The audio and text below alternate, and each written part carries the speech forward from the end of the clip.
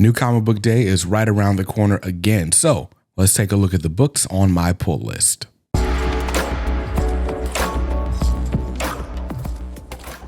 Welcome back to Comics Are Dope. I'm BJ Kicks, and this is the Pull List. It's my weekly series where I take a look at all the books coming out. I'll tell you which ones I am most excited for. I'll even talk about some new trade paperbacks that are coming out this week and some new series debuts that are on my radar for this week of New Comics, Wednesday, January 22nd, 2025. It's my favorite day of the year.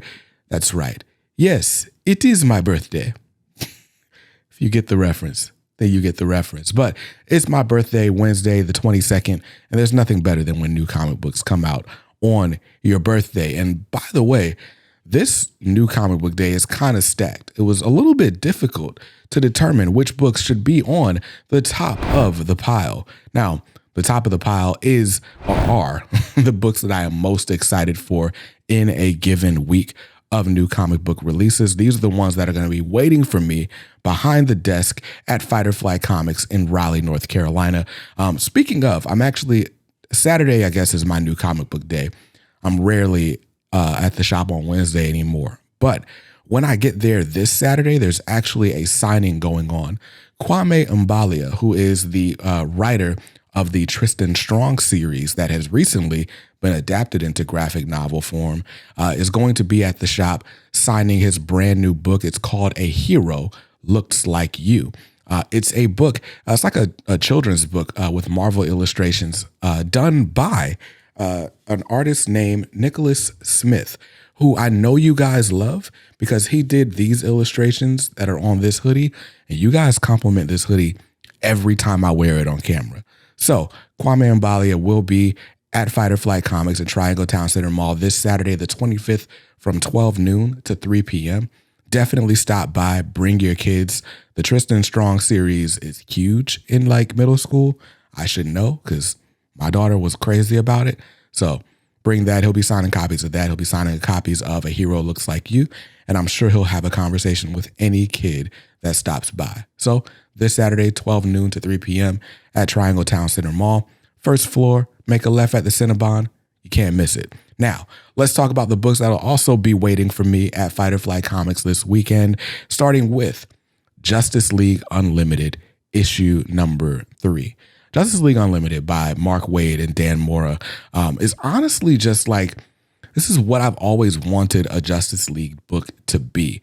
For as long as I've been reading comics, Justice League just kind of felt like a side book, like, because I guess all the main characters were already having like significant battles in their own storylines. And so the Justice League book just felt like a book that was taking place some other time, some other, memory. I don't know, but it never really felt relevant to what was happening with the whole of the DC universe the way it does now. Justice League Unlimited, basically everyone who is a good guy with powers has been admitted into the Justice League. So just like the cartoon from back in the day, you never know who's going to show up and have a superstar moment in a particular issue. Last issue, I found out who Dr. Occult was for the first time. Is it Dr. Occult, Detective Occult? The point is he studies like occult people, and Martian Manhunter had a really, really dope moment. Although there's some things happening with John Jones. So we'll see what happens. But Justice League Unlimited is, I don't know, it almost feels like if you're only going to read one DC book, that should be the one. It follows up like with it follows up Absolute Power really well. And things are just going, I don't know. DC seems to be firing on all cylinders right now. And that feels new to me. But Justice League Unlimited issue 3 is out this week. Cover price is $3.99. I'm grabbing cover A. That'll be at the top of my pile. Next up, also from DC, is Wonder Woman issue number 17. Wonder Woman by Tom King and Daniel Sampere has been great from issue 1. The only time it wasn't as great was when it was tying into Absolute Power, but that ended a couple issues ago, and now it's backfiring on all cylinders. Wonder Woman has shown nothing if not resilience. And so in this second story arc of her, maybe third story arc of her fighting this against the Sovereign, it's been dope. There was a really cool moment after some tragedy that happened in issue 15. Issue 16, Detective Chimp was all on the case, being the most annoying detective ever. I'm very excited to see what's going on with issue 17 of Wonder Woman out this week. Cover price is $4.99. I'm grabbing cover A. And next up, the next book at the top of the pile is at the top of the pile for different reasons, but this is Spectrum, issue number 2. Spectrum is written by Rick Quinn with art by Dave Chisholm. Dave Chisholm wrote and drew my favorite book of 2023, Miles Davis and the Search for the Sound. He was the illustrator and, well, he did everything on that book. On this book, he's just drawing it. And the Spectrum is about this girl who, she's a homeless woman, but we find out that she has apparently been like traveling through time and affecting history through the way she interacts with music. So as you're going through, getting all these vignettes of like just different like lives that she's lived or moments that she's lived through, you'll notice that the stories sound familiar, but like names have changed or like small details have changed. And I think like your enjoyment of this series might depend on how well you're familiar with the original events. Like, for example, the assassination of MLK is referenced in issue 1. Elvis Presley is referenced in issue 1. There are several other things that are like, they weren't familiar enough to me for me to know how they had been changed. So I was like Googling stuff and not getting very far. But the point is, this girl is like somehow changing history. And then she's got like an almost guardian angel type figure that looks like David Bowie. I don't know. The series itself, like the what's happening in the book is a little bit confusing and like hazy for me. But the art in the book is like super striking. Like there are things happening visually that are just, the best way I can put it is intriguing. I'm very much intrigued to see what happens in issue 2. Ultimately, this might be a series that that ends up in the trade waiting pile, just because I think it's a lot to process month to month with my schedule and baby coming any day now and all that. But it's a very good series that I thought deserved a shout out. So it's still on the top of the pile this week from Mad Cave Studios. Spectrum number 2 has a cover price of $4.99, and I'm grabbing cover A. And the last book on the top of my pile this week is Detective Comics issue 1093. Again, another DC book. That's just kind of how good the quality of DC books has been. And typically my relationship with DC like kind of lives and dies on Batman. There's like 8 Batman books right now, and all of them are at least decent. Most of them are pretty good. Some are really good. And I don't fully know where Detective Comics lands for me right now. It's probably going to just depend on how this story arc pans out. But Detective Comics written by Tom Taylor, art by Mikhail Hanin. And honestly, that's reason enough to buy it. But the storyline really captured me. So Bruce has been presented this opportunity to take some type of a serum and become younger again, become faster, stronger. And of course, that's enticing because he is, aging and he's trying to be Batman. He's not as effective. He might be like a step behind what he used to be. And so the opportunity to kind of de-age himself and extend the mission is exciting, but he's dealing with kind of the guilt of like, what does that mean? Like, should I do this if everyone can't do this? And so he's decided, to go ahead and take those treatments, but those treatments might be coming at a cost that he wasn't fully willing to pay. And that's the part that's interesting to me. I don't know how far you guys go down the rabbit hole, like QAnon conspiracy theories, like and stuff. I have seen a theory out there that like the Hollywood elites are harvesting children. And that's why we're seeing so many like missing kids. And the conspiracy is that apparently they're like basically harvesting the blood of these youth to use and make themselves younger. Although I've never seen anybody in Hollywood that looks all that young who isn't supposed to. But anyway, that's like a theory that is actually out there. And the way it's used in this book, or it seems like it's being used in this book, is super interesting. And I hope I didn't spoil the plot just by like knowing random bits of conspiracy theory trivia, but that just hooked me. And I'm like, oh, snap. Like, for Tom Taylor to use that is interesting. That's funny. Anyway, it's compelling in a way that if you didn't know, it would still be compelling. Detective Comics issue 1093 made the top of the pile this week. Cover price is $4.99. I'm grabbing cover A.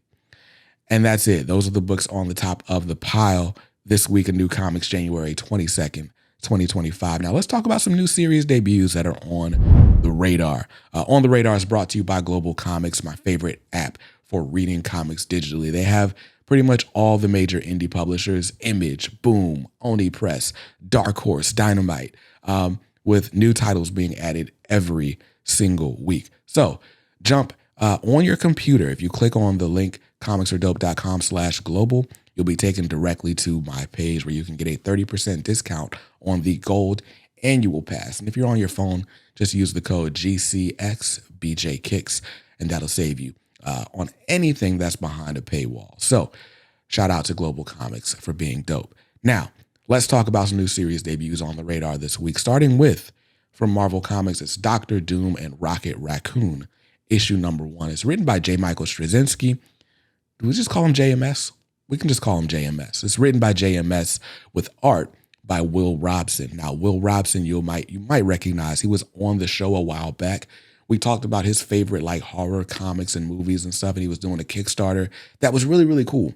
And that's where I first kind of fell in love with his art. But he's done plenty of things for Marvel before, and now he's doing a new Marvel book. It's a one-shot featuring Doctor Doom and Rocket Raccoon.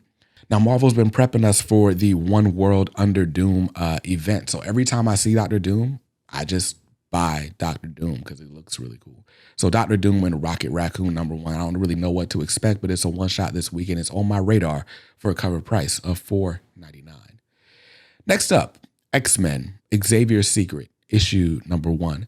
Now, this actually is sort of a compilation of a bunch of From the Ashes Infinity comics. I think it's the first 6 of those Infinity comics that you could get on Marvel Unlimited if you have an account.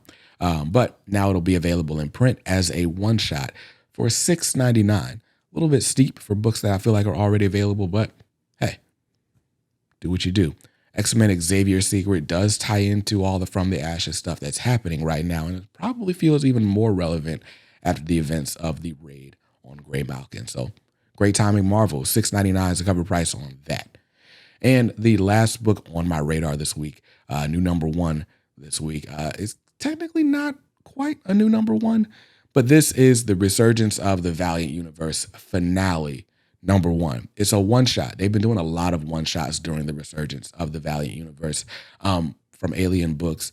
I kind of like got put on to the Resurgence of the Valiant Universe right before the event. There was a lot of little like mini-series and stuff that happened before the Resurgence 4-issue series. And the Resurgence 4-issue series does like do a lot to kind of catch you up. But I just hate jumping into a story feeling like I'm jumping in at Act 3 when there was all this other stuff that happened before. So I'm probably going to wait for that Resurgence of the Valiant Universe omnibus that they just announced. But this could be a good jumping in point for you if you are interested in Valiant and just kind of jumping in whenever you can. $5.99 is a cover price on that. All right, so quick update from the phone because I forgot. Fantastic Four issue 28 is out this week. That's definitely a book that is worthy to be on your radar. This is written by Ryan North, and as far as I can tell, this is the prelude issue to the One World Under Doom event. If you guys read Blood Hunt, then you know there was a significant change to Doctor Doom's status in the Marvel Universe. I won't spoil that. Just know that basically leads directly into One World Under Doom, and it seems that the first glimpse of that we're going to get is this week's issue of Fantastic Four. Issue 28 is out this week. I think the cover price on it is $4.99. Definitely, you should jump in to that. That's the last book on my radar this week. New series debuts and number 1s. There's not really a lot of new number 1s coming out this week in comic shops, which is good, because that gives me time to catch up on the series that have made it to the Fledgling 4. Now, the Fledgling 4 are books that are still on my pull list, but may not be as high up, usually because I've fallen behind, sometimes because the story's not that good. But Fledgling 4 for me this week almost had 5 issues on it. That's how far I am falling behind with all these like baby appointments and all this stuff. So Uncanny X-Men issue number 9. I just told you guys about the Raid on Graymalkin event. I was loving Uncanny X-Men before they crossed over with Adjectiveless X-Men. And I can't even say I didn't like the crossover. I just fell behind because it was like an issue was coming out every week. And if you want to lose me on a comic series, make it come out every week. But anyway, Uncanny X-Men number 9. This is a brand new jumping in, or a brand new story arc, I should say, following those new mutants. I think they're called the Outliers. So I'm very curious to see like how Gail Simone's X-Men has been, but I got to read the Raid on Graymalkin first. So once I do, this will probably make it back to the top of the pile. But for now, it's in the Fledgling 4. Cover price on it is $4.99, and I'm grabbing cover A. And the next book that's made it to the Fledgling 4 is Blade, Red Band, issue number 4. Blade, the Red Band edition, is written by Brian Edward Hill. I'm not sure if Chris Allen is still on the art, but there's been different artists, and quite honestly, the art hasn't been my vibe. Now, the only reason I was buying this in singles is because I was under the impression that if a book was Red Band, you could only get it in single issues, and it was only going to get one printing. Now, since then, I've been proven wrong, and this has actually been solicited for a trade paperback. So if you are trade waiting, which we'll get to next, just heads up, this is something that'll be coming in the next like 6 months or so. But for now, it's still on my pull list because I want to complete the set. I think it's only going to be 5 issues anyway. Red Band Blade number 4 is out this week. Cover price is $4.99. I'm grabbing cover A. The next book on the Fledgling 4 from DC Comics is Superman, issue number 22. Superman by Josh Williamson. Quite honestly, I don't know if I've read a single issue since the end of Absolute Power. And so, yeah, I got to get caught up. A lot of times what I'll do is I will binge a series right before I do the pull list video. And again, I just haven't had the time lately. So this might fall off the pull list altogether. I might just wait for DC Universe Infinite Ultra on this one. But Superman 22 is out this week. Cover price is $4.99. And the last book in the Fledgling 4 is a book that I am caught up on. It's also a book that I'm intrigued by. This is Absolute Wonder Woman, issue number 4. Now, I was just singing the praises of Tom King's Wonder Woman. And I think as far as like the Absolute Universe goes, your mileage might vary, of course, but I feel like what's fun and novel about the Absolute Universe is all the ways in which it's different, all the ways in which it contrasts with the normal DC universe. And because I don't know a ton about Wonder Woman, I don't always see the contrasting points. This version of Wonder Woman is like fighting big kaijus, but other than the fact that she's fighting these big monsters, she just feels like Wonder Woman. Like we've been told her backstory, but I'm not fully understanding how her backstory has made her different or differentiated her. She seems to be acting just like Wonder Woman would, except she's not from Paradise Island. She's from hell. And so I don't know. It's intrigued me. The story's intrigued me so far. I really love the art by Hayden Sherman. By the way, this is written by Kelly Thompson. But something about it just hasn't like quite hooked me in the way that the other Absolute titles have. So I'm going to stick it out, but it's in the Fledgling 4 this week. Cover price is $4.99, and I'm grabbing cover A. And that's it. Those were 4 books that are still on my pull list, but maybe don't need to be there. And certainly I need to get caught up on. Now, the last segment we do on the pull list is called Trade Waiting. These are new trade paperbacks that are coming out this week for series that have recently wrapped or recently hit these, collecting points and being collected for the first time. So we got a lot of them this week. Actually, I don't even know if I'm going to shout out everything that I wrote down.